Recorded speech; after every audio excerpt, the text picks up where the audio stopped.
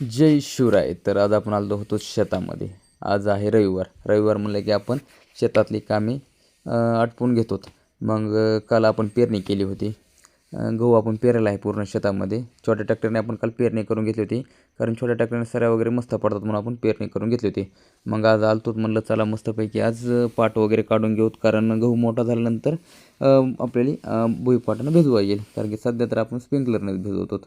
मग काय भाऊकडे आलो. भाऊला म्हणलं आपली पाटं काढायच्यात. भाऊ म्हणला मग चालते लगेच जाऊत.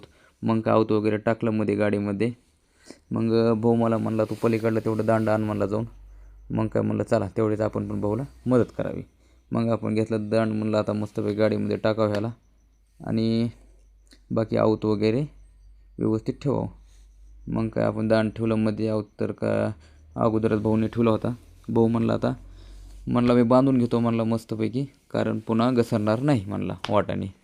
मग भाऊने बांधून घेतलेला आहे.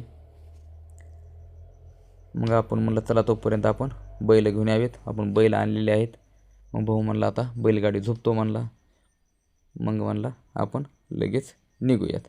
मग काय बैलगाडी वगैरे झोपायची झाली होती. आपण गाडीवर निघालोच होतात. भाऊ पण बैलगाडी घेऊन लगेच निघाला. म्हणला मग आता चला.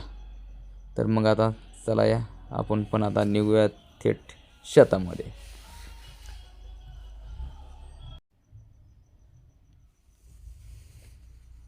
मग काय आपण आता पोहोचलो आहोत शेतामध्ये.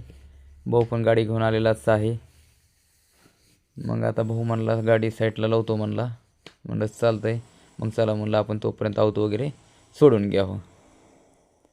मग आपण आऊत बाजूला साईडला टेकवलं शेतामध्ये. भाऊ पण बाजूला मस्त गाडी लावून बैल सोडत होता. तोपर्यंत आपलं शेत बघून घ्या. आपण पूर्ण गहू पेरलेला आहे. मग काय लगेच झोपले आपण बैल. मग आता भाऊ म्हणला चला म्हणला आता लगेच पाटं काढूयात. तर भाऊनं नंबर 1 पाटं काढलेले आहेत. चारी बाजूने पाटं काढलेले आहेत. जय जवान जय किसान.